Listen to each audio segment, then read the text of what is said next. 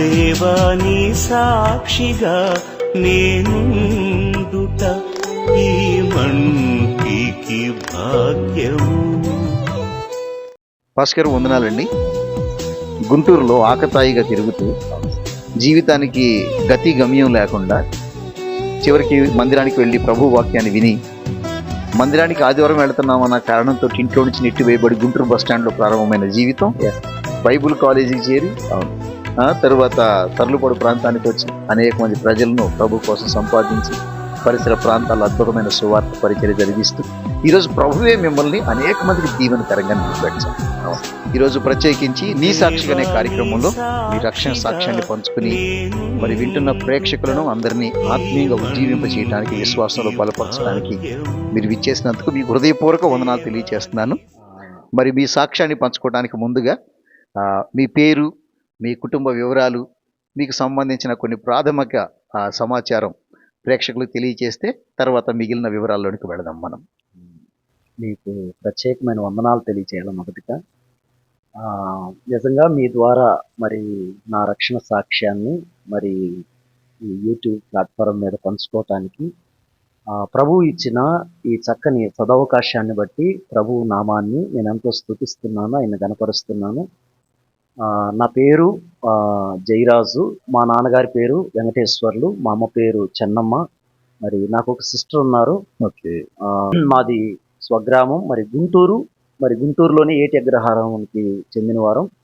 నా బాల్య దశ అంతా కూడా మరి నరసరావుపేట ప్రాంతంలో మరి నేను అక్కడే మరి 10వ తరగతి వరకు చదువుకోవటం జరిగింది.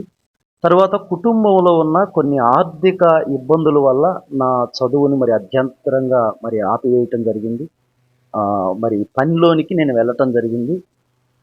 మరి నేను హౌస్ పెయింటింగ్ అలాగే మరి డిజైన్ వర్క్ కూడా చేయటం జరిగింది. ఓకే. 10వ తరగతితో చదువు ఆపేశారు. ఆ తర్వాత వృత్తిలోనికి వెళ్ళారు, పెయింటింగ్ వృత్తిలోనికి వెళ్ళారు. అవును సార్. దానిలో కూడా క్రమక్రమంగా రాణిస్తూ ఉన్నారు. అవును. మరి చక్కగా ఒక మంచి సంపాదనలో ఉన్న పెయింటింగ్ వృత్తిలో ఉన్న మీరు ఎలా అసలు యేసు ప్రభు దగ్గరకు వచ్చారు? అసలు యేసు ప్రభు దగ్గర రావడానికి వెనకున్న నేపథ్యం ఏంటి? యేసు ప్రభు దగ్గరికి నేను రావటానికి ముఖ్య ఉద్దేశం నా స్నేహితుడు. ఓకే. నా స్నేహితుడు పలుమార్లు మందిరానికి రమ్మని నన్ను చాలాసార్లు రిక్వెస్ట్ పూర్వకంగా తెలియజేయటం జరిగింది. కానీ చాలాసార్లు అతని మాటను నేను త్రోసివేసిన సందర్భాలు చాలా ఉన్నాయి. ఓకే. కానీ ఒకానొక పరిస్థితి నాకు వచ్చిన ఆ అనారోగ్య సమస్యను బట్టి నేను యేసు ప్రభు కొరకు నేను మందిరానికి వెళ్ళలేదు. కానీ నా స్నేహితుడు నన్ను రమ్మంటున్న కారణాన్ని బట్టి, నా స్నేహితుడు బాధపడతాడన్న కారణంతోనే నేను దేవుని మందిరానికి వెళ్ళటం జరిగింది. మీ స్నేహితుని కోసం వెళ్ళారు. ఎస్. మీ తల్లిదండ్రులు ఏమైనా క్రైస్తవ నేపథ్యం ఉన్నవారేనా? కాదండి. వారు పూర్తిగా అమ్మా నాన్న హైందవ నేపథ్యానికి చెందినవారు. నాన్న ఎక్కువగా లక్ష్మీ తిరుపతమ్మ తల్లి, తర్వాత మరి చెన్నకేశవ స్వామిని వారు పూజించేవారు. ఓకే. సో అట్లాంటి అన్య సాంప్రదాయానికి సంబంధించిన మీరు మీ స్నేహితుని ప్రోద్బలంతో మందిరానికి వెళ్ళటం జరిగింది. ఎస్. ఓకే. మందిరానికి వెళ్ళిన మీరు వెంటనే యేసు ప్రభుని నమ్ముకున్నారా, లేదంటే? వెంటనే యేసు ప్రభుని నేను నమ్ముకోలేదు. ఆదివారం నా స్నేహితుడు రమ్మన్నాడు కనుక నేను వెళ్ళాను. చాలామంది, చాలా పెద్ద చర్చ్ అది, చాలామంది జనాలు గ్యాదర్ అయ్యారు కనుక అక్కడికి వెళ్ళి నేను అందరికంటే లాస్ట్ కూర్చున్నాను. ఓకే. కూర్చున్నప్పుడు ఆ రోజు దేవుని సేవకుడు లేచి వాక్యాన్ని మాట్లాడుతున్నాడు. ఆయన మాట్లాడుతున్నప్పుడు నా జీవితాన్ని విడమరిచి, నా జీవితంలో జరిగిన ప్రతి పాపాన్ని ఆయన విడమరిచి మాట్లాడుతుంటే నా స్నేహితుడు ఏమన్నా ముందుగానే నేను వస్తానని అతనికి చెప్తే అతను చెప్పాడేమో అనుకున్నా నేను. సో అలాగే అక్కడ నిలబడిన దైవజనులు బహు స్పష్టంగా మీ జీవితం గురించి మాట్లాడతారు. అవునండి. ఏముంది మీ జీవితంలో ఆ సమయంలో? అప్పుడు మీ వయసు ఎంత అండి సుమారు? నా వయస్సు అప్పుడు నేను మందిరానికి వెళ్ళినప్పుడు 18-19 సంవత్సరాలు. ఏంటి ఆ 18-19 సంవత్సరాల వయసులో మీ జీవితంలో ఏముందని ప్రభువు మాట్లాడుతూ వచ్చారు? ఏంటి ఆ విషయాలు? అంటే చిన్న వయసులోనే అక్కడున్న వాతావరణాన్ని బట్టి, నా తోటి స్నేహితుల ప్రభావాన్ని బట్టి సార్. చాలా రకాలైన వ్యసనాలకి ఎడిక్ట్ అయిపోయాను. చాలా రకాలైన వ్యసనాలకి ఎడిక్ట్ అవ్వటం జరిగింది. ఒక మాటలో చెప్పాలి అంటే స్మోక్ లాంటిది, తర్వాత బీర్ లాంటిది, కనుక ఇవేవి మా కుటుంబ సభ్యులకు తెలిసేవి కాదు. కనుక వాళ్ళందరి ముందు నేను బాగానే కనపడేవాడిని, కానీ తెలియకుండానే చాలా ఆడపిల్లల్ని ఏడిపించడం లాంటివి, కనుక వాళ్ళు ముందు వెళ్తుంటే వెనకాల కామెంట్ చేయటం లాంటి పరిస్థితులు, చాలా దుర్భరమైన జీవితం. అయితే అప్పుడు పనికి వెళ్తున్నాను, చాలా సమృద్ధిగా పైసలు డబ్బులు వస్తున్నాయి, కానీ నెమ్మది లేని జీవితం అయిపోయింది. ఆ రోజు ఇక్కడ ఒక విషయం చెప్పాలండి. ప్రాముఖ్యంగా ఆ రోజు దేవుని సేవకుడు మాట్లాడిన ఒక వచన భాగం నన్ను చాలా చాలా ప్రభావితం చేసింది. ఆ మాట, పాపులను రక్షించుటకు క్రీస్తు యేసు లోకమునకు వచ్చెను అను వాక్యము నమ్మదగినది, అది పూర్ణాంగీకారమునకు యోగ్యమైనది. యేసు ప్రభు పాపములో ఉన్న వ్యక్తిని రక్షించడానికి వచ్చాడు అనే విషయం ఆ రోజు నాకు బహు తేటగా ఆ దైవజనుడి ద్వారా నేను వినటం జరిగింది. ఆ రోజు మాట్లాడుతున్నప్పుడు నిజంగా నేను చేసిన ఆ వ్యసనాలు అవన్నీ కూడా విడమరిచి చెప్తున్నప్పుడు, దీనివల్లే నీకు సమాధానం లేదు, కనుక దీంట్లో నుంచి నీ అంతటిగా నువ్వు విడుదల పొందలేవు, కనుక యేసు ప్రభుని నమ్ముకుంటే ఆయన నిన్ను విడిపిస్తాడు, నిన్ను రక్షిస్తాడు అన్నప్పుడు నేనేం చేయాలి అనే ఆందోళన చెందుతున్నప్పుడు, నువ్వేం చేయాల్సిన అవసరం లేదు, ఇక్కడ మోకరించి నీ పాపాన్ని ఒప్పుకుంటే చాలా ఆయన క్షమిస్తాడు. ఆ రోజున నేను చేసిన వ్యక్తిగత పాపాలన్నిటినీ దేవుడి సన్నిధిలో ఒప్పుకున్నప్పుడు, నా హృదయంలో ఉన్న ఒక వ్యక్తి తలపైన ఒక 50 కేజీలు బరువు పెట్టాడు అనుకోండి. ఆ బరువుని తీసి పక్కన పెట్టేస్తే అతని దేహం ఎంత తేలికైపోయింది. ఒక్కసారిగా ఆ రోజు నా పాపాన్ని ఒప్పుకొని విడిచిపెట్టినప్పుడు నిజంగా నా హృదయం అంతా తేలికైపోయి చాలా నెమ్మదనిపించింది. ఓకే.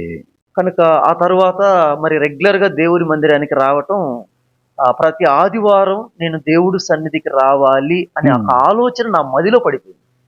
ఓకే. అట్లాగా మీరు ఆ మొదటి వాక్యాన్ని వినటం, మీ జీవితాన్ని ప్రభువుకి ఇవ్వటం, ప్రభు రక్తంలో కడగబడిన అనుభవాన్ని పొందటం జరిగింది. మరి మీ తల్లిదండ్రులందరూ కూడా ఈ హైందవ నేపథ్యానికి సంబంధించిన వాళ్ళు.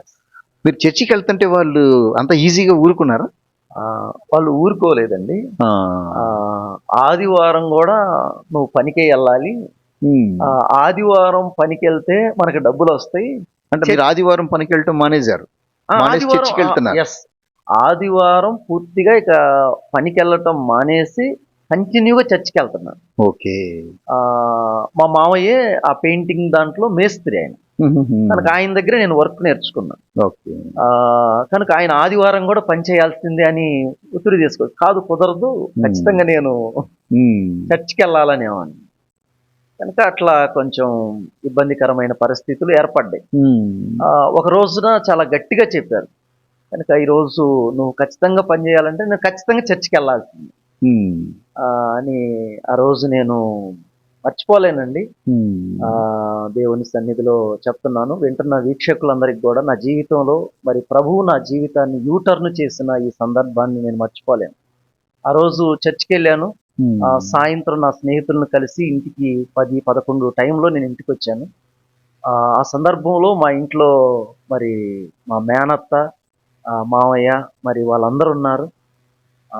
వాళ్ళు ఆ రోజు ఎక్కడికి వెళ్ళావురా నువ్వు అంటే చర్చికి వెళ్ళాను, ఈరోజు పని అర్జెంట్ అన్నాం కదా, మరి పనికి వెళ్ళకుండా నువ్వు ఎందుకు వెళ్ళావు ఇట్లా అని వాళ్ళు నన్ను నిలదీయటం జరిగింది. నేను చర్చికి వెళ్తానన్నాను.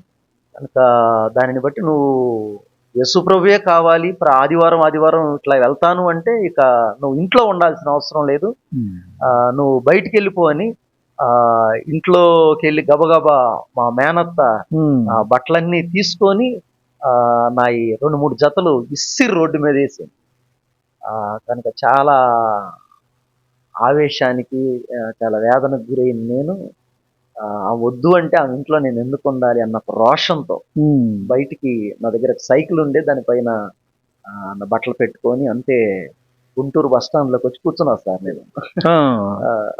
కేవలం ప్రార్థనకి వెళ్ళాలి అని మీ పట్టుదల, ప్రభు కోసం ఇంట్లో నుంచి బయటికి గెంటి వేయబడ్డారు. ఎస్. వచ్చి ఈ గుంటూరు బస్ స్టాండ్ లో కూర్చున్నారు. గుంటూరు. ఆ గుంటూరు బస్ స్టాండ్ లో ఇక్కడ నేను ఒక ప్రాముఖ్యమైన విషయం తెలియచేయాల్సిన అవసరం ఉంది. అది నా లైఫ్ లో నేను ఎన్నడూ మర్చిపోలేనిది. ప్రభువు నన్ను ప్రత్యేకంగా దర్శించిన సందర్భం సార్. అండి. ఆ రోజు నేను బస్ స్టాండ్ లో ఒక్కడినే అరుగు మీద నైట్ 12 దాటింది. అరుగు మీద కూర్చొని చాలా ఏడుస్తున్నాను. కళ్ళల్లో నీళ్లు దారలైపోతున్నాయి. నేనేం తప్పు చేశాను, ఏం పొరపాటు చేశాను, నేను ఇలా పాపం చేసినప్పుడు, తప్పు చేసినప్పుడు, గొడవలు తీసుకొచ్చినప్పుడు నన్ను వీళ్ళు ఇలా మాట్లాడలేదు, మరి ప్రభువు కాడికి వచ్చినప్పుడు ఏం వీళ్ళు ఇలా మాట్లాడారేంటి అని మనసు చాలా కష్టం అనిపించి అవన్నీ తలుసుకొని వేడుస్తున్నా.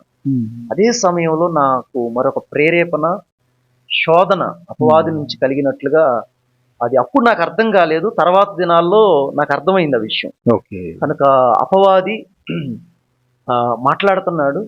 కనుక నానుకున్న వారందరూ నిన్ను దూరం పెట్టారు. కనుక నువ్వు బ్రతకడం అవసరం లేదు. నువ్వు బ్రతికినంతకాలం ఈ అపరాధ భావం అంతే నీ మనసులో ఉంటుంది. కనుక 5 నిమిషాల్లో నీ ప్రాణాన్ని తీసుకున్నావంటే చాలా ప్రశాంతంగా ఉంటుంది అని. నిజంగా కదా, నానుకున్న వాళ్ళందరూ మరి వాళ్ళు బయటికి నెట్టేశారు. కనుక నాకంటూ ఇప్పుడు ఎవరున్నారు, ఎవరు లేరు కదా అన్న ఆలోచనలోకి వెళ్ళిపోయి విజయవాడ నుంచి మరి చెన్నైకి వస్తున్న బస్సు, ఆ బస్ కింద పడి సూసైడ్ చేసుకోవాలి అని ఆలోచిస్తా ఉన్నాను. నేను దాన్ని అక్కడ అరుగు మీద కూర్చో, బస్ స్టాండ్ లో ప్లాట్ఫామ్ మీద కూర్చొని అది టర్న్ అవుతుంది. అది బస్సు వస్తున్న దాన్ని నేను గమనించి ఎలా చచ్చిపోతాను, నా జీవితం ఎలా చనిపోతానో కూడా నేను అక్కడే ఉండి ఊహిస్తున్నా. అంటే అది అలా తిరిగి వస్తుంది. నేను పరిగెత్తుకుంటూ వెళ్ళి దాన్ని ఎగిరి ఆ గానుల మీద దూకితే నా తలకాయ పగిలిద్ది, బ్లడ్ కారి ఇట్లా చచ్చిపోతాను అని నేను ఊహించుకుంటాను. కనుక లోపల విపరీతమైన ప్రేరేపణ కలుగుతుంది. చచ్చిపో, 10 నిమిషాల్లో నీ బాధ అంతా నివారణ అయిపోయిందని నాలో ఆ ఆలోచన కలుగుతుంది. కలుగుతున్న ఆ సందర్భంలో వెంటనే లేచి ముందుకు నడుస్తున్నాను. కళ్ళల్లో నీళ్లు గారుతున్నాయి. అది వస్తుంది. అక్కడ నుంచి ఎగిరి దూకుదామని ఇట్లా 2 చేతులు బిగబట్టుకొని ఆ బస్సు వైపే తీక్షణంగా వీక్షిస్తున్నా నేను. అది దగ్గరకు వస్తుంది. కళ్ళు 2 మూసుకొని ఎగిరి దూకుదాం అనుకున్న సందర్భంలో వెంటనే ఎవరో నాకు తెలియదు ఒక వ్యక్తి నన్ను తాకిన ఆ స్పర్శను నేను అనుభవించాను సార్. ఓకే. అది సమయం 12:30 అవుతున్న సందర్భం, రాత్రిపూట. ఇటు చూస్తే ఆ ప్లాట్ఫారం మీద అంత నిర్మానుష్యంగా ఉంది. అక్కడ ఎవరు జనాలు లేరు. కానీ ఆ తాకిడి నేను స్పష్టంగా ఎరుగుదును. నన్ను ఎవరో పట్టుకున్నారు, నన్ను ఎవరో తాకారు. కానీ ఎవరు అని ఆ ప్లాట్ఫారం వైపు అంతా తీక్షణంగా పరిశీలిస్తున్నాను, కానీ నాకు ఎవరు కనపట్లేదు. కానీ నన్ను ఎవరో పట్టుకున్నారు. ఇటు 5 నిమిషాల పాటు అటు ఇటు చూస్తా ఉన్నా. ఆ తర్వాత సార్ అక్కడున్న ప్లాట్ఫారానికి ఆ స్తంభం ఉంటే ఆ స్తంభానికి ఒక వాక్యం అతికించింది సార్. ఓకే. ప్లాట్ఫామ్ ఆ రోజు మోషేతో ప్రభు మాట్లాడిన మాట, నా సన్నిధి నీకు తోడుగా వచ్చును. ఓకే, దేవునికి స్తోత్రం. ఆ ఓడు నేను ఆ రాత్రి అంతా స్ట్రగుల్ అయ్యి నలిగిపోయి ఏడుస్తూ దుఃఖక్రాంతున్నైన నాకు ఆ సిచ్యువేషన్లో ఆ పదం నాకు ఎలా అనిపించిందంటే, ఎవరో నన్ను దగ్గరకు తీసుకొని గట్టిగా కౌగిలించుకొని నాకు గొప్ప ధైర్యాన్ని చెప్పినంత భరోసాని ఇచ్చింది సార్ ఆ చిన్న మాట. నా సన్నిధి నీకు తోడుగా వచ్చును. దేవునికి స్తోత్రం. వెంటనే ఆలోచనలన్నీ, చనిపోవాలన్న ఆలోచనలన్నీ ఒకసారి డిలీట్ అయిపోయినాయి మైండ్లో నుంచి. ఆ వాక్యం చదివిన తర్వాత డిలీట్ అయిపోయి వెంటనే వెనక్కి వచ్చి జేబును తడుముకుంటే నా జేబులో 10 రూపీస్ ఉండేది. ఓకే. 10 రూపీస్ ఉంటే ఆ సందర్భంలో నా స్నేహితులు గుర్తొచ్చారు. నాతోటి కలిసి పనిచేసే స్నేహితులు గుర్తొచ్చారు. స్నేహితులు గుర్తొస్తే వెంటనే 10 రూపాయలు తీసుకొని కాయిన్ బాక్స్ ఉన్నది, అక్కడికి వెళ్ళి 10 రూపాయి బిళ్ళలు తీసుకొని నా స్నేహితుడికి ఫోన్ చేశాను. అరే, నా పరిస్థితి ఇట్లా ఉంది, నేను ఇప్పుడు బస్ స్టాండ్లో ఉన్నాను, ఏం చేయాలో అర్థం కావట్లేదు, నా పరిస్థితి అంతా వివరించి చెప్పాను. వాళ్ళు ఆ టైంలో, అరే నువ్వేం టెన్షన్ పడవద్దు, ఇప్పుడే మేము వస్తున్నామని నేను ఫోన్ చేసి కట్ చేసిన ఒక 20 నిమిషాల్లోనే నా స్నేహితులు ఒక 5-6 మంది అడిగి వచ్చేసారు. ఓకే. వాళ్ళు వచ్చేవాళ్ళు మామూలుగా రాక బ్యాగులు తగిలించుకొని వచ్చారు. ఆహాహా. బ్యాగులు తగిలించుకున్నారు. షాక్ అసలు. ఏంట్రా బ్యాగులు తగిలించుకొని వచ్చారంటే ఇట్లా విజయవాడలో వర్క్ ఒకటి వచ్చింది ఉమ్. కనుక వర్క్ చేయడానికి వెళ్తున్నాము కనుక ఈ సందర్భంలో ఇక్కడ నిన్ను విడిచిపెట్టడం ఎందుకు కనుక ప్లీజ్ నువ్వు వస్తే నువ్వు కూడా మాతో పాటు రా వర్క్కి వెళ్దాం అన్నారు. ఓకే. సరే ఇంట్లో నుంచి నన్ను నెట్టేశారు. ఇంకా ఆడికి మళ్ళీ ఇంటికి పోవడం ఇటు తిరిగి ఇంటికి వెళ్ళలేరు మరలా. ఇంటికి వెళ్ళలేం కదా అని వెంటనే నా స్నేహితులతో పాటు కలిసి విజయవాడ వర్క్ కోసం వెళ్ళాం సార్. వర్క్ కొరకే వెళ్ళా. ఓకే. అట్లాగా ఆ మరణం నుంచి ప్రభువే తన హస్తాలతో మిమ్మల్ని పట్టుకుని ఆపి, ఎస్ ప్రభువే ఆ రాత్రి మీతో మాట్లాడి తన Yes. వాగ్దానం ఇచ్చి ఎస్ మీకు గొప్ప ధైర్యాన్ని, ఊరటను, ఆదరణను కలగజేశారు. ఇప్పుడు విజయవాడ ఫ్రెండ్స్ అందరితో కలిసి పనికి వెళ్ళారు. అవును సార్. ఏం జరిగింది సార్ ఆ తర్వాత ప్రయాణం? ఆ తరువాత ఉదయాన్నే 5 గంటలకే లేపుతున్నారు. మేము నైట్ 3 గంటలకు వచ్చాము. ఆడకి వర్క్ చేయడానికి వస్తే 3 గంటలకే 5 గంటలకే వచ్చి లేపుతున్నారు మమ్మల్ని. ఇంకా లేపుతున్నంటే ఏంది ఈ టైంలో లేపుతున్నారు అనుకున్నారకే వెంటనే ప్రార్థనలు వినపడుతున్నాయి 5 గంటలకు. అక్కడ మీరు పనికి వెళ్ళిన చోట మా పెనికి నేను ఎక్కడికి వెళ్ళానో కూడా నాకు తెలియదు అసలు ఐడెంటిటీ. నేను ఫ్రెండ్స్ వెళ్తున్నారు, వాళ్ళతో పాటు వాళ్ళతో పాటు వెళ్ళిపోయారు. నేను వచ్చేసాను. నేను ఈ డిప్రెషన్ లో ఉండి ఇది ఆలోచిస్తున్నానే కానీ ఎక్కడికి ఏందని కూడా నా స్నేహితులను కూడా నేను అడగల. వాళ్ళు నాకు చెప్పలేదు. కనుక ప్రేయర్స్ వినపడుతున్నాయి. ఏంటి ప్రార్థనలో శబ్దాలు వినపడుతున్నాయి, ఏంటి ఇక్కడ పాటలు పాడుతున్నారు, శబ్దాలు చేస్తున్నారు, ఇన్స్ట్రుమెంట్స్ వాయిస్తున్నారు. ఒకసారి ఉలికి పడ్డాను. మమ్మల్ని కూడా ప్రేయర్ జరుగుతుంది వచ్చి కూర్చోమని వాళ్ళు ఇన్వైట్ చేశారు. పోయి కూర్చుంటే ఏందన్నా నేను పక్కన కూర్చుని ఏంట్రా మనం ఎక్కడికి వచ్చాం, ఏంది ఇదంతా ఏందని ఆ రోజు అడుగుతున్నా వాళ్ళని. అడుగుతుంటే వాళ్ళు చెప్పిన మాట ఏంటంటే మనము ఇది టెరిస్మోస్ లీడర్షిప్ ట్రైనింగ్ సెంటర్ అనే బైబుల్ కాలేజీకి బైబిల్ కాలేజ్ లో పనిచేయడానికి వెళ్ళారు వీళ్ళందరూ. దేవుని రావటం గొప్ప ప్రణాళిక అండి అసలు. చాలా చాలా చాలా ఆశ్చర్యం అనిపించింది సార్. నా జీవితాన్ని అప్పుడప్పుడు జ్ఞాపకం చేసుకుంటున్నప్పుడు కూడా దేవుని ప్రణాళికలు ఎలా ఉంటాయా అసలు కేవలం అక్కడికి నేను రంగులు పెయింట్స్ వేద్దామని ఆర్టిస్ట్ గానే నేను ఆ క్యాంపస్ లోకి ఆ బైబిల్ కాలేజీకి వెళ్ళటం. టెరిస్మోస్ బైబిల్ కాలేజ్ విజయవాడ. టెరిస్మోస్ leadership training centre. Okay. Okay. ఎవరు సార్ దాన్ని నడిపించేది? ఎవరు? వీరపనేని స్టీఫెన్ గారని. ఓకే. బైబిల్ కాలేజీకి పెయింట్ వేయడానికి వెళ్ళారు. ఎస్. వెళ్ళిన తర్వాత మీరు అదే బైబిల్ కాలేజీలో విద్యార్థిగా చేరారు. ఇక్కడ ఒక చిన్న విషయం చెప్పాలి సార్. నేను ఇంట్లో నుంచి మరి అట్లా బైబిల్ కాలేజీకి వచ్చిన తర్వాత మా ఇంట్లో వారు ఇక్కడ వాళ్ళని గురించి ఒక చిన్న మాట చెప్పాల్సిన అవసరం. చెప్పండి. ఏంటంటే నేను ఇలా వాళ్ళు వాస్తవానికి నా మీద ద్వేషంతో వాళ్ళు నా మీద కోపాడు. ఈ విధం చేతనైనా ఆదివారం నేను పనికి వెళ్తానన్న కారణం ద్వారానే నా మీద ఒత్తిడి తీసుకొచ్చారు. వాళ్ళకి నేనంటే చాలా విపరీతమైన భయం ఎక్కువ వాళ్ళకి. అయితే అలా ఉదయమైనా రాలేదు, మరుసటి రోజైనా రాలేదు. వాళ్ళు నా గురించి వెతకటం ప్రారంభించారు. బంధువులు కాడని, పోలీస్ స్టేషన్ లో రిపోర్ట్ అని, ఇక ఎన్ని జరుగుతా ఉన్నాయి. కానీ నేను ఎక్కడున్నానో తెలియదు, వాళ్ళకి తెలియదు. అది ఒక రహస్యంగానే ఉండిపోయింది. నా స్నేహితులు చెప్పలేదు. తర్వాత నేను కూడా ఇన్ఫార్మ్ చేయలేదు, నేను ఫలానా స్థలంలో ఉన్నాను మీరేం భయపడొద్దన్న ఇదితో. ఆ బైబిల్ కాలేజీకి వెళ్ళిన తర్వాత ఒక 4-5 months వర్క్ చేశాం సార్. వర్క్ కంప్లీట్ అయిపోయింది. వర్క్ కంప్లీట్ అయిపోయిన తర్వాత చాలా డబ్బులు వచ్చింది. ఓకే. స్నేహితులందరూ ఇంకా బ్యాగులు సర్దుకుంటున్నారు ఆ రోజు. అక్కడ నుంచి వెళ్ళిపోదామని నేను నా స్నేహితుల కాడికి వచ్చి నేను రావాలనుకోవట్లేదు, వీరపనేని స్టీఫెన్ గారు ఏమైనా అవకాశం ఇస్తే ఇక్కడే ఉండి ట్రైనింగ్ చేయాలనే ఆశ, ఆ ప్రేరేపణ, ఆ భారం దేవుడు నా అంతరంగంలో కలిగిస్తున్నారు.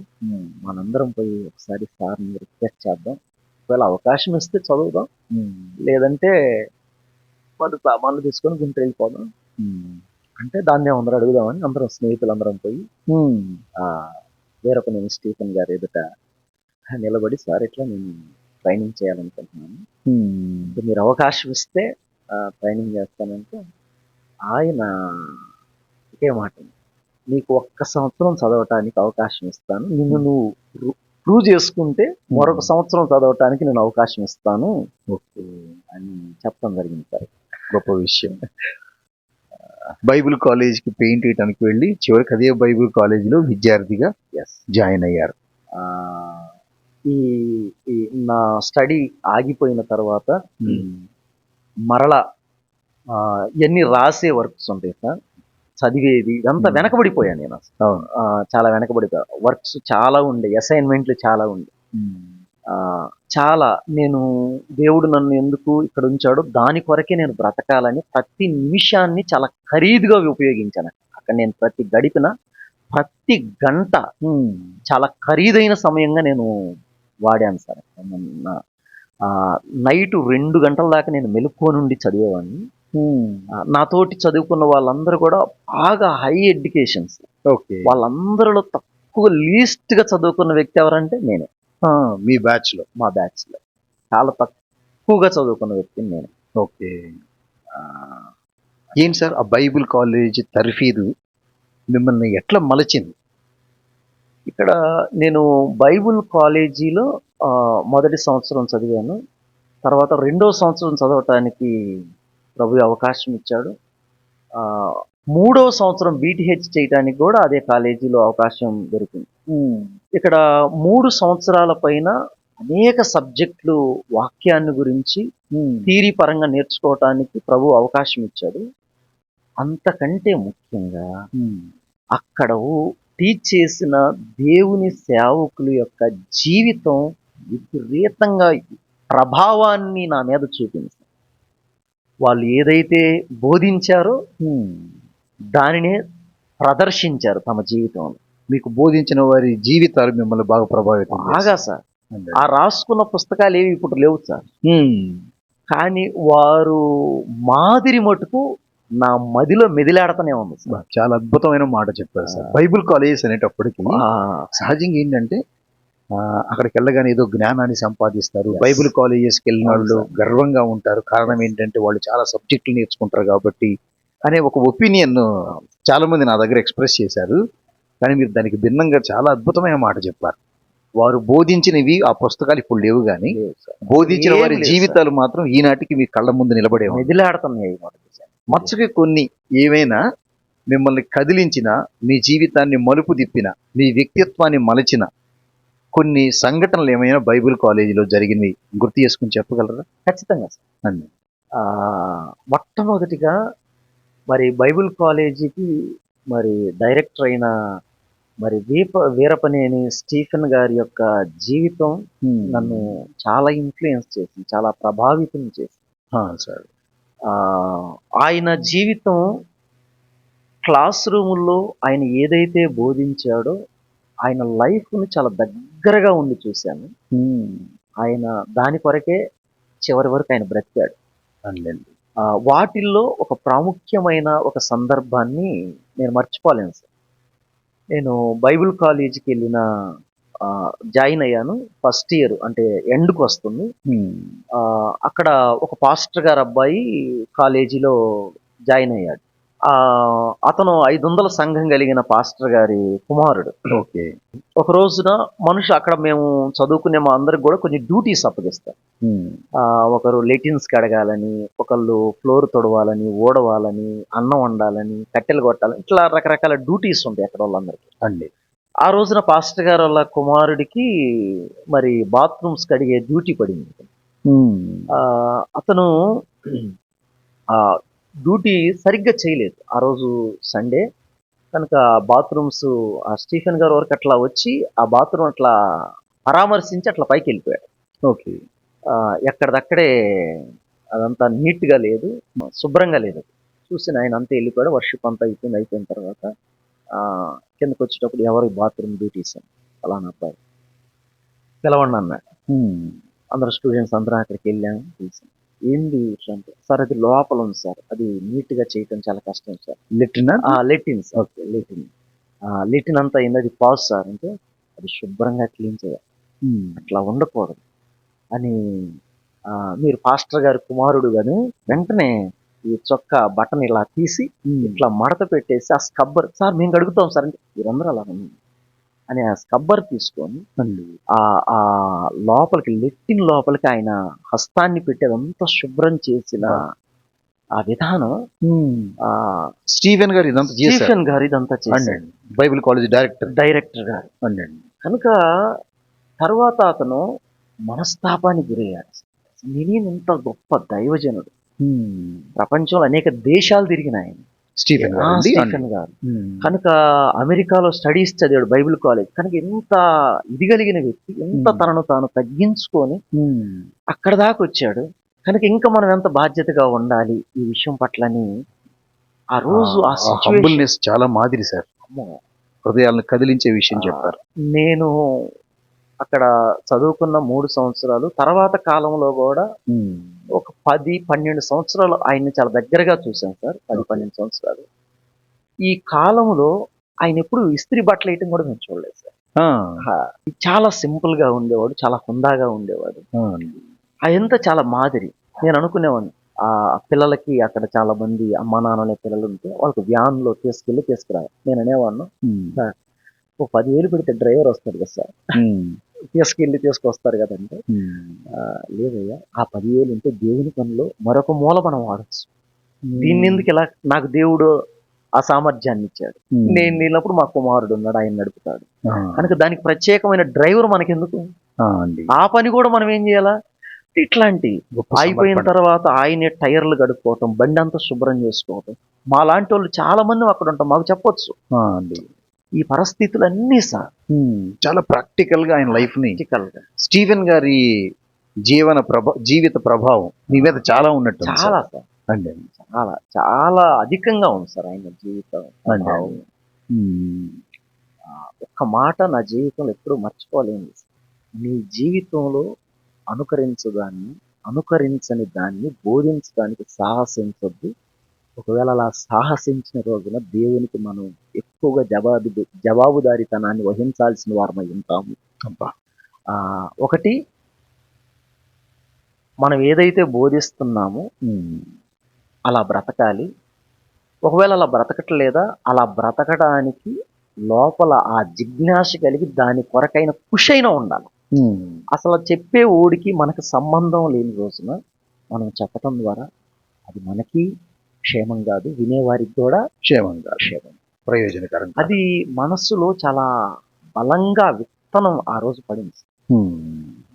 రెండవది, నన్ను ఇన్ఫ్లుయెన్స్ చేసిన మరొక ప్రాముఖ్యమైన విషయం ఏంటంటే, మాకు గేమ్స్ కూడా జరుగుతాయి అక్కడ. ఒక రోజున ఆయన గ్రౌండ్ లో ఉన్నాడు, జయరాజు వాటర్ బకెట్ నిండా పంపుతో కొట్టుకొని తీసుకురాను అండి. సరే అని నేను బకెట్ నిండా కొట్టుకొని ఆయన గ్రౌండ్ లో ఉంటే గ్రౌండ్ లోకి తీసుకెళ్ళా, బకెట్తో నీళ్ళు పట్టుకొని. తీసుకురాగానే వెంటనే దాన్ని కాలు తట్టదాన్ని అడిచాను. బకెట్ లో ఉన్న నీళ్లు మొత్తం పోయింది. వెంటనే జయరాజు మొత్తం ఎత్తు అన్నాడు. కింద పోయి నీళ్ళని ఎత్తాను. సార్ ఎంత నేల, ఆ నీళ్ళు ఏడెత్తడం చేతలేదు సార్ అంటే, ఇదే ప్రశ్న నన్ను వేసావంటే నేను చెప్తాను. నువ్వు నన్ను ఎత్తు స్టీఫెన్, నువ్వు నన్ను అన్నావు అనుకో, నేనేం చేసేవాడినో తెలుసా, ఆ మట్టి అంతటిని తవ్వి ఒక గుడ్డలో వేసి పిండితే 2-3 చుక్కలు నీళ్ళైనా కాదు. ఒకసారి నీ జీవితంలో సాక్ష్యం పోతే మరలా రాదు.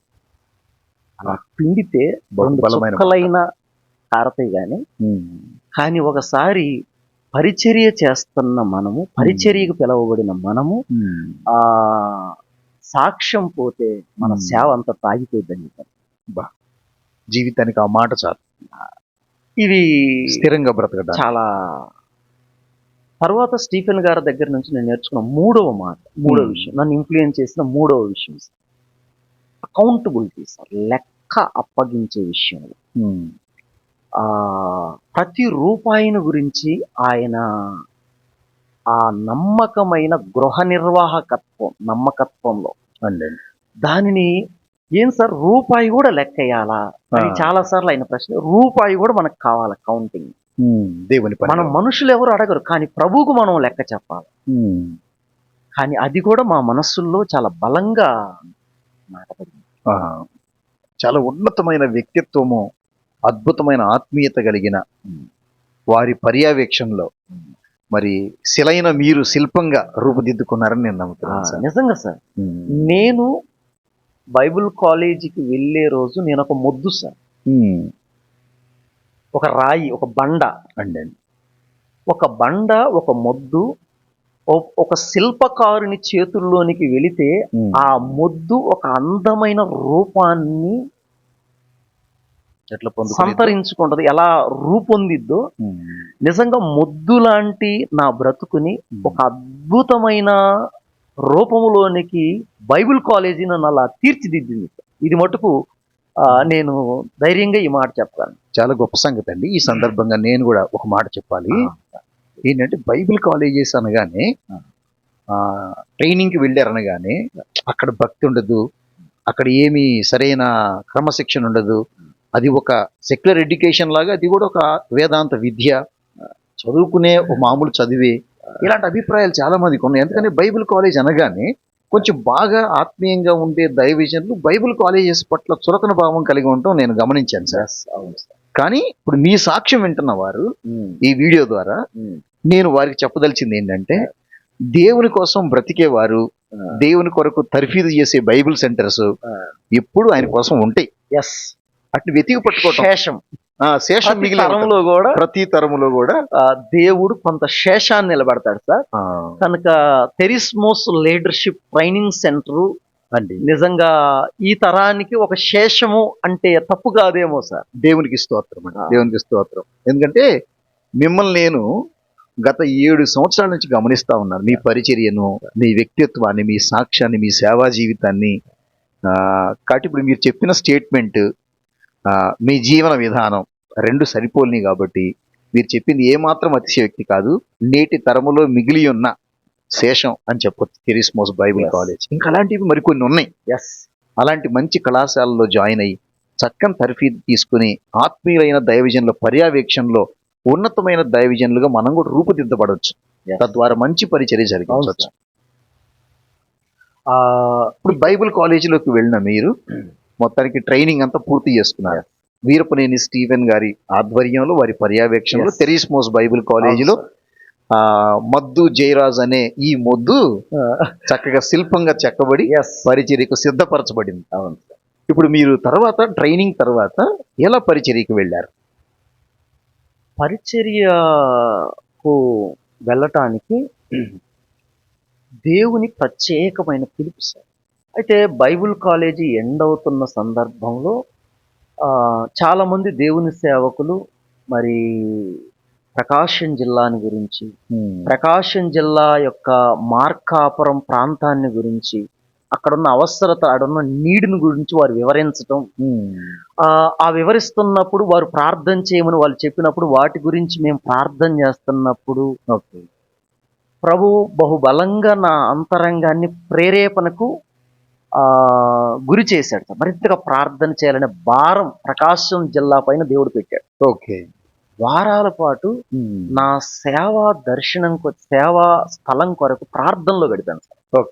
ప్రార్థనలో గడిపాను 40 days, ముఖ్యంగా ఒక 40 రోజుల కంటే మించిన దినాలే ప్రతిరోజు ప్రభువా మరి అయిపోతుంది, నేను ఫీల్డ్లోకి వెళ్ళాలి, ఎక్కడ నేను ఈ పని చేయాలి, నాతో మాట్లాడాలన్నప్పుడు నా అంతరంగంలో నుంచి నాకు ఒక స్వరం వినపడుతుంది. మార్కాపురం, ఆ చుట్టుపక్కల ప్రాంతం. కనుక నేను పుట్టిన తర్వాత ఎన్నడూ ఆ ప్రాంతాన్ని నేను విజిట్ చేయలేదు సార్. అసలు అది ఉందని కూడా నాకు తెలియదు.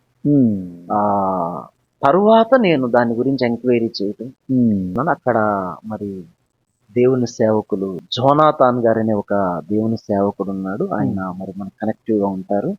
కనుక మీరు ఒకసారి అక్కడికి వెళ్ళండి, మరి అక్కడ ఉండి ఆ ప్రాంతం అంతా మీరు విజిట్ చేయండి అని ఒక అవకాశాన్ని కలిగించడం. అట్లా మార్కాపురం ప్రాంతానికి వచ్చారు. అక్కడికి వచ్చాను.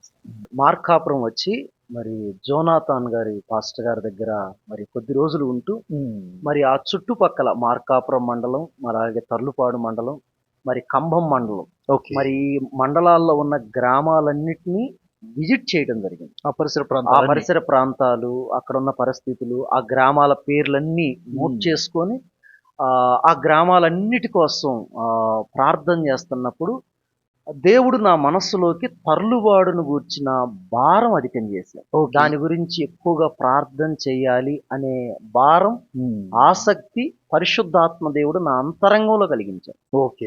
దాని కొరకు కొద్ది రోజులు ఉపవాసం ఉండి ప్రార్థన చేసిన తర్వాత ప్రభు నిర్ధారణ చేశాడు, ఇక్కడ నుండి నువ్వు పనిచేయాల. తర్లుబాడు ప్రాంతానికి నేను ఒక్కడే కాదు, నాతో పాటు మరొక సహోదరుడు అనంతు, నా స్నేహితుడు, బైబిల్ కాలేజీలో చదువుకున్న వ్యక్తి. తను మహారాష్ట్ర. ఓకే. ఆ, ఈ అతను స్టేట్ కాదు. ఈ స్టేట్ కాదు. అట్లా మీరు మార్కాపురం నుండి తర్లుపాడు ప్రాంతంలో పరిచయం చేయాలన్న భారంతో తర్లుపాడు వచ్చారా సార్? అవును సార్. ఓకే. అక్కడ తర్లుపాడులో మరి ముతరాస్ కాలనీ ఒక చిన్న రూమ్ అద్దెకు తీసుకొని నా సేవ ప్రారంభించడం జరిగింది. ఓకే. మొదలుపెట్టి ఇప్పుడు అప్పుడు చర్చి అది ఏం లేదు కదా సార్? ఏం లేదు సార్. మరి House లో. ఎట్లా ఏం పరిచయం చేసేవాళ్ళు తర్లుపాళ్ళు అక్కడ ఆ, మీరు? ఆ, దేవుడు మాకు సైకిల్ ఇచ్చాడు. ఓకే. ఆ సైకిల్ మీద చుట్టూరు ఉన్న ఒక 15 విలేజెస్, రోజుకొక విలేజ్ వెళ్ళి అక్కడున్న పరిస్థితులు, అక్కడున్న వ్యతిరేకతలు ఇవన్నీ అబ్జర్వేషన్ చేస్తూ కొన్ని కరపత్రాలను ముద్రించి ఓకే. ఉదయం ఒక 3 గంటలు ప్రార్థనలో గడిపి సాయంత్రం 4 గంటల నుంచి మరి సైకిల్ తీసుకొని ఆ ఒక గ్రామానికి వెళ్ళి అక్కడికి కరపత్రాలు పంచి అట్లా వస్తూ ఉండేవాళ్ళం సార్. అలా మా పరిచర్యను అలా ప్రారంభించాం. ఆ ప్రాంతం అంతట్లో మరి ఈ విగ్రహారాధన గాని అన్యులు గాని చాలా అధికంగా ఉన్న ప్రాంతం ఆ ఏరియా. చాలా చాలా మరి మీరు వెళ్ళి కరపత్రాలు ఈ పంచుతో ప్రార్థనలు చేస్తా ఉంటే, ప్రభుని నమ్ముకోమని ప్రజలకు చెప్తా ఉంటే అంత సులభంగా ఊరుకున్నారా? అంత రిసీవ్ చేసుకున్నారా? లేదు సార్. చాలా వ్యతిరేకతలు ఎదురైనవి. ఉమ్. చాలా వ్యతిరేకతలు ప్రారంభమైనవి. చాలా ఆటంకపరచాలని చూశారు. అండి. వాటిల్లో ప్రాముఖ్యంగా నేను మర్చిపోలేని 3 సంఘటనలు ఉన్నాయి. చెప్పండి. 3 ప్రాముఖ్యమైన సంఘటనలు ఉన్నాయి. అంటే ఈ కరపత్రాలు పంచే సందర్భంలో కానీ, ప్రార్థన పెట్టే సందర్భంలో కానీ 3 తీవ్రమైన వ్యతిరేకతలను ఎదుర్కొన్నాను సార్. అవి నా జీవితంలో మర్చిపోలేని సంఘటన. ఈ సాక్ష్యంలో ఖచ్చితంగా ఇవి నేను చెప్పాల్సిన అవసరం ఉందని అనుకుంటున్నాను. అవును. వాటిల్లో ఒకటి ఏంటంటే కారుబానుపల్లి అనే ఒక గ్రామం. ఆ గ్రామానికి మేము ఇట్లా కరపత్రాలు పంచాలని నేను, నా సహోదరుడు అనంత్ కలిసి వెళ్ళినప్పుడు ఆ గ్రామంలో నుంచి తీవ్రమైన వ్యతిరేకత ఎదురైంది. ఇక్కడ మీరు చెప్పొద్దు, దేవుడి గురించి మీరు ప్రకటించొద్దు, కనుక మీరు అన్యమత ప్రచారం చేస్తున్నారు, కనుక మీరు అనేకుల్ని ఈ దేవుళ్ళ నుంచి మీరు యేసు ప్రభు వైపు మారుస్తున్న, మీకు పై నుంచి జీతాలు వస్తుంటే మీరు ఇట్లా చేస్తున్నారు, డబ్బులు వస్తున్నాయి అని ఊరి మీద పడి ఊరిని మారుస్తున్నారని చాలా తీవ్రమైన వ్యతిరేకతతో రావటం జరిగింది.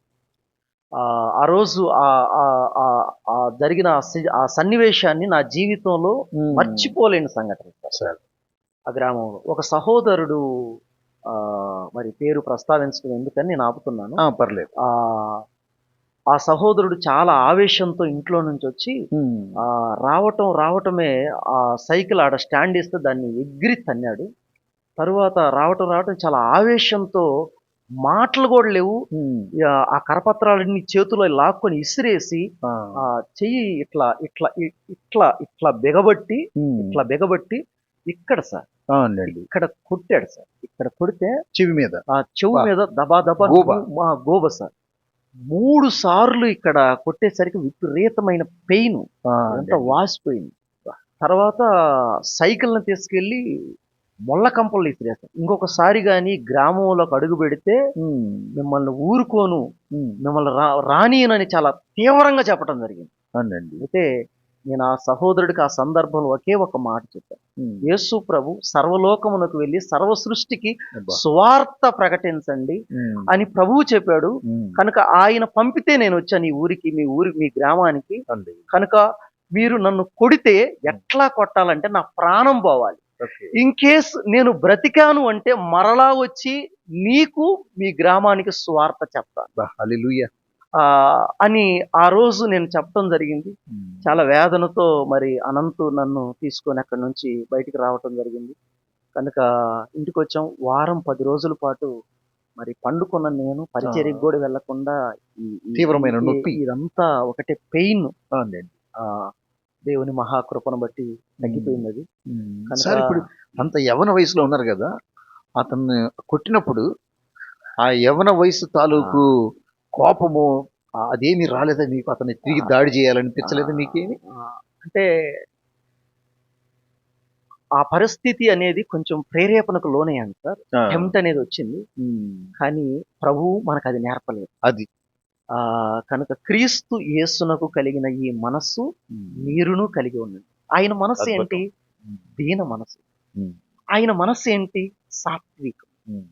కనుక నా యొద్ద మీరు నేర్చుకోండి అన్న. ఏం నేర్చుకోవాలి ఆయన దగ్గర నేను? ఈ సాత్వికం, ఈ దీనిత్వం. కనుక ఒకవేళ మరలా నేను తిరగబడితే ఆ గ్రామంలో స్వార్థకు ఆటంకమని, అలా చేయకూడటం వాక్యానుసారం కాదని మౌనంగా ఉంది. తల వంచి ఆ హింసను భరించారు. భరించి ఆ తర్వాత అతని కోసం, ఆ బ్రదర్ కోసం, ఆ గ్రామం కోసం కొంతకాలం ప్రార్థన. మరలా వెళ్ళారండి మీరు? మరలా కార్మాన్ వెళ్ళాను వెళ్ళారు? వెళ్ళటమే కాదు సార్, అక్కడ చాలా కుటుంబాలు ఈరోజు పరిచయంలో ఉన్నాయి. ఓ దేవునికి స్తోత్రం. ఇది ప్రభు మహిమ కొరకు చెప్తున్నాను ఈ మాట. అండి. నన్ను ఏ సహోదరుడైతే చెవు మీద కుట్టాడో ఆ సహోదరుడు వచ్చి నాతో మాట్లాడాడు. మీరు కారుమానపల్లి వెళ్ళిన Yes. తర్వాత మరలా మాట్లాడాడు. మీ పట్ల అలా ప్రవర్తించకూడదు బ్రదర్, కనుక దయతో సారీ అని చెప్పారు.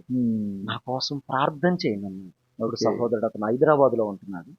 కనుక తన కాంటాక్ట్ లో ఉన్నాడు ప్రస్తుతం. బహుశా ఇప్పుడు ఈ వీడియో కూడా బహుశా ఆ సహోదరులు చూస్తున్నారేమో.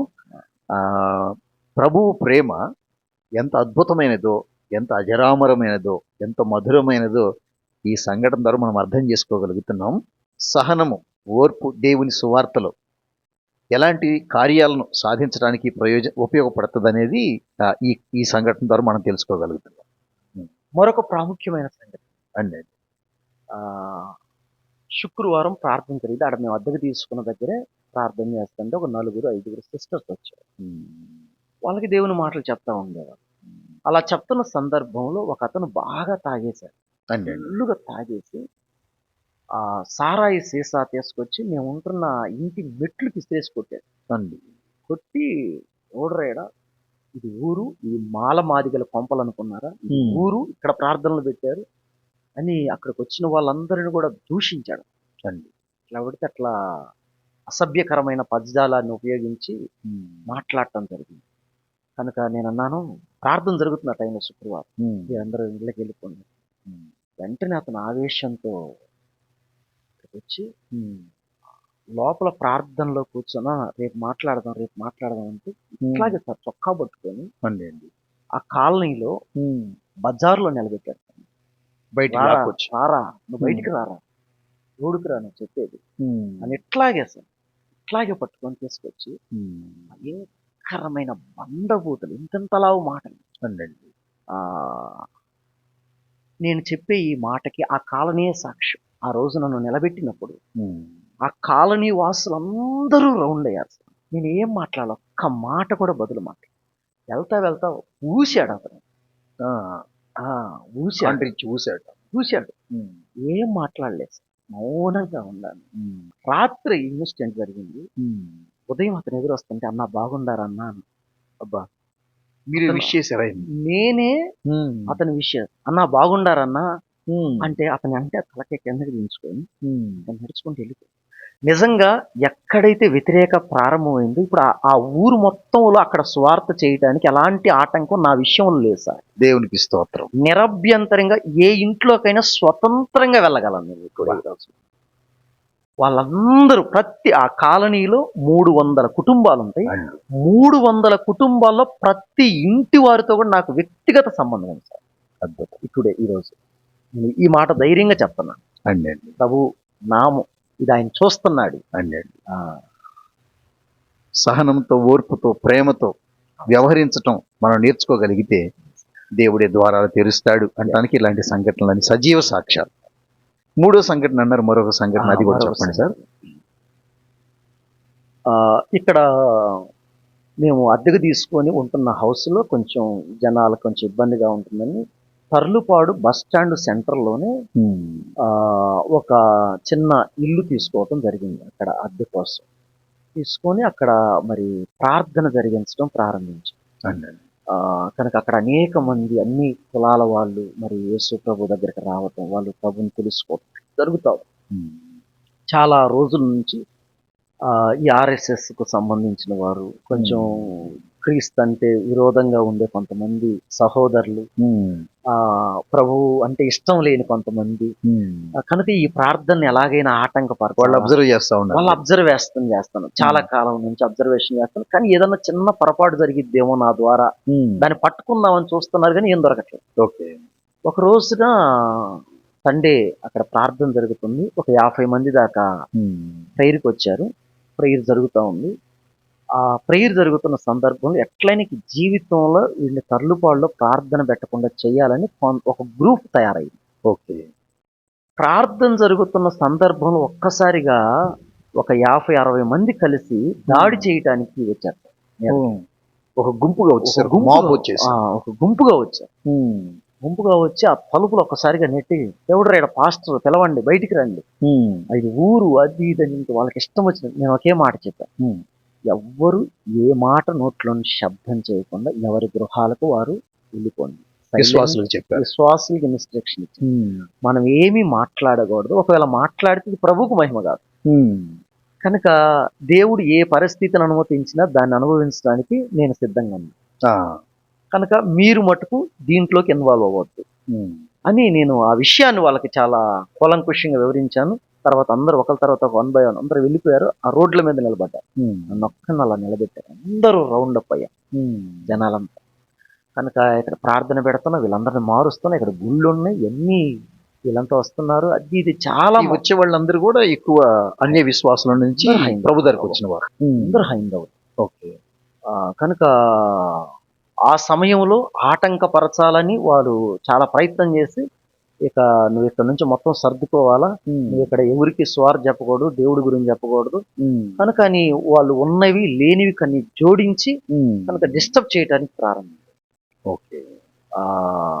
కనుక ఆ సందర్భంలో మరి ప్రభుని నమ్ముకున్న మరి కొంతమంది, మరి క్రిస్టియన్ పాలెంలో ఉన్న కొంతమంది, మరి కృపాకర్ గారు కానీ, తర్వాత హనీ గారు కానీ, మరి వారు వచ్చి మరి మా పక్షమును నిలబడటం, కనుక వారికి ఏం సంబంధం లేదండి అని, ఏదన్నా ఉంటే మాతో మీరు మాట్లాడండి అని వారు నా పక్షం, ప్రభువే ఆ సమయానికి వారిని పంపించి మరి ఆ చిక్కులో నుంచి దేవుడు విడిపించి మీ విషయంలో వారు బాధ్యత వహించారు. వారు నా విషయంలో ప్రభు అట్లాంటి ఏర్పాటు చేశాడు.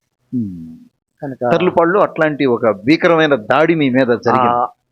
ఆ దాడి జరిగే వరకు కూడా సార్, అసలు తర్లుపాడులో పరిచర్య ఇలా జరుగుతుందని అసలు తర్లుపాడు వాసులకు కూడా, ఆ పాలెంలో వాళ్ళకి కూడా తెలియదు. అసలు చాలా రహస్యంగా జరిగేది. చాలా ప్రార్థన పెడితే చప్పట్లు కూడా కొట్టేవాళ్ళం కదా, పక్కన వాళ్ళకి అభ్యంతరంగా ఉంటుంది. ఓకే. కాబట్టి ఎవరికి అభ్యంతరకరంగా ఉండకుండా మీ వంతుగా మీరు మీ బోధ విని రక్షించబడిన వారికి మీరు నడిపిస్తా ఉండేవారు. కనుక ఆ రోజు ఎవరైతే వ్యతిరేకంగా నిలబడ్డారో కొంతమంది సహోదరులు, కానీ వాళ్ళందరూ కూడా మరి ప్రేమతో నాకు దగ్గరయ్యారు సార్. అది జరిగిన తర్వాత ఆ రోజు వ్యతిరేకంగా నిలబడి నన్ను చాలా మానసికంగా ఇబ్బంది పెట్టిన వారు చాలా గౌరవప్రదంగా వారు నన్ను పలకరిస్తారు, వారి గృహాలకు నన్ను ఆహ్వానిస్తారు. ఓకే. నేను ప్రార్థన చేయటానికి వాళ్ళు ఎలాంటి అభ్యంతర పెట్టరు వాళ్ళ ఇళ్లలో. విశేషమైన సంగతి ఏంటంటే వాళ్ళ ఇళ్లలో నుంచి చర్చకు వస్తున్నారు. వాళ్ళ గృహాల్లో ఉన్నవారు వాళ్ళైతే రావట్లేదు, కానీ వారి గృహాల్లో నుంచి దేవుని మందిరానికి వస్తారు. వాళ్ళని మీరు అభ్యంతర పరచట్లేదు. గొప్ప దేవుని కార్యాలు సార్ నిజంగా. దీని అంతటి వెనకాల ఉన్న రహస్యం ఒకటే సార్. అండి, రహస్యం ఏంటంటే మౌనంగా దేవుని సన్నిధిలో కనిపించడం గొప్ప సంగతి. కనుక దీన మనస్సు అనే వస్త్రాన్ని ధరించుకోవాలి. దేవుడు అనుమతించిన పరిస్థితిలో సహనం కలిగి బ్రతకండి. ఎప్పుడైతే ఇది దేవుడే ఈ పరిస్థితిని అనుమతించాడని గ్రహించి ఆ పరిస్థితిలో మనము సహనాన్ని, సాత్వికాన్ని ప్రదర్శించినప్పుడు ప్రభు యొక్క కృప మరింతగా ఆ వ్యక్తిని బలపరిచిద్దంటానికి నా జీవితమే ఒక సజీవ సాక్ష్యం. ఓకే. ప్రతి మలుపులో కూడా మీరు వివరిస్తూ ఉంటే ప్రతి మలుపులో కూడా అది కనపడతా ఉంది. సో తర్లుపాడులో అట్లాంటి ఒక చిన్న షెల్టర్ కింద మీరు పరిచర్యను ప్రారంభించారు. ఇప్పుడు కూడా అక్కడే జరుగుతుందా, లేదంటే ఇంకెక్కడికన్నా మార్చారు సార్? లేదు సార్, తర్లుపాడు రైల్వే గేట్ నుంచి నాయుడుపల్లికి వెళ్ళే రూట్ లో మరి ప్రభువుని కృపను బట్టి ఒక చిన్న స్థలం తీసుకోవటానికి ప్రభు సహాయం చేశాడు. మరి ఆ స్థలంలోనే ఒక మందిరం కట్టుకోవడానికి కూడా ప్రభు అవకాశం ఇచ్చాడు, సహాయం చేశాడు. నిజంగా దానిని బట్టి కూడా ప్రభువుకే మహిమ సార్.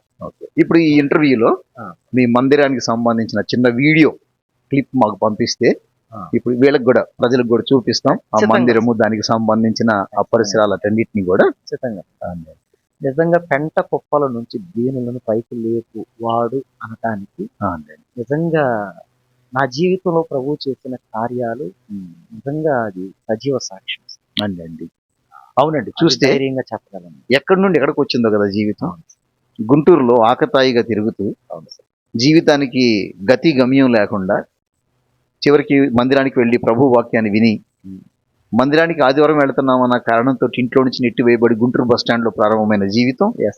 బైబుల్ కాలేజీకి చేరి తర్వాత తర్లుపాడు ప్రాంతానికి వచ్చి అనేక మంది ప్రజలను ప్రభు కోసం సంపాదించి పరిసర ప్రాంతాల్లో అద్భుతమైన సువార్త పరిచర్య జరిగిస్తూ ఈరోజు ప్రభువే మిమ్మల్ని అనేక మందికి దీవెనకరంగా నిలబెట్టారు. మందిరము మేము కట్టే విషయంలో కూడా కొన్ని కమిట్మెంట్స్ తీసుకున్నాం. మందిర నిర్మాణానికి సంబంధించి కొన్ని మాటలు నేను చెప్పాల్సిన అవసరం ఉంది. వినే మరి ఒకవేళ దేవుని సేవకులు ఏంటంటే దేవుని సేవకులకు కావచ్చు,